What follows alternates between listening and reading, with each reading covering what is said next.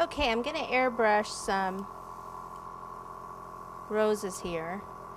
Now these are ready-made roses that you can purchase. We do have a video just on gum paste roses. It's gum paste 1. We have a gum paste 1, 2, and 3, but I believe the roses are in gum paste 1, and shows you how to make roses. Most of these you can purchase either online or at your local cake and candy supply store.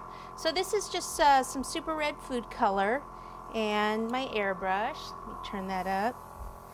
And then what I'm going to do is just airbrush these. I prefer to get the flowers when I purchase them like this in white, because then I can color them any color I choose. And a lot of times I use just dusting powders, but for a deep red rose, you need to start with an airbrush color. So you want to go over all of them, and you don't want to stay too long on one rose because you don't want it to beat up. And then you just flip them, kind of flip them over so I can get the other angles here.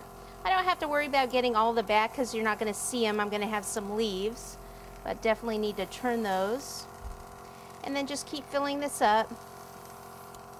So if you don't have an airbrush, for red roses, I'd probably just purchase them red or make them with a red gum paste.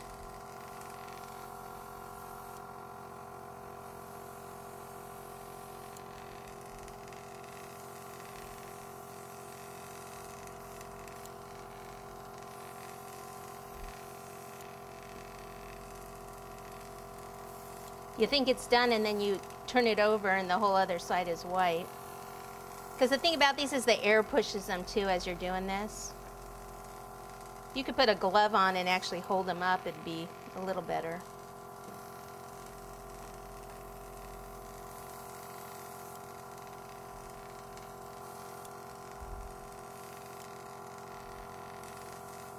Woo!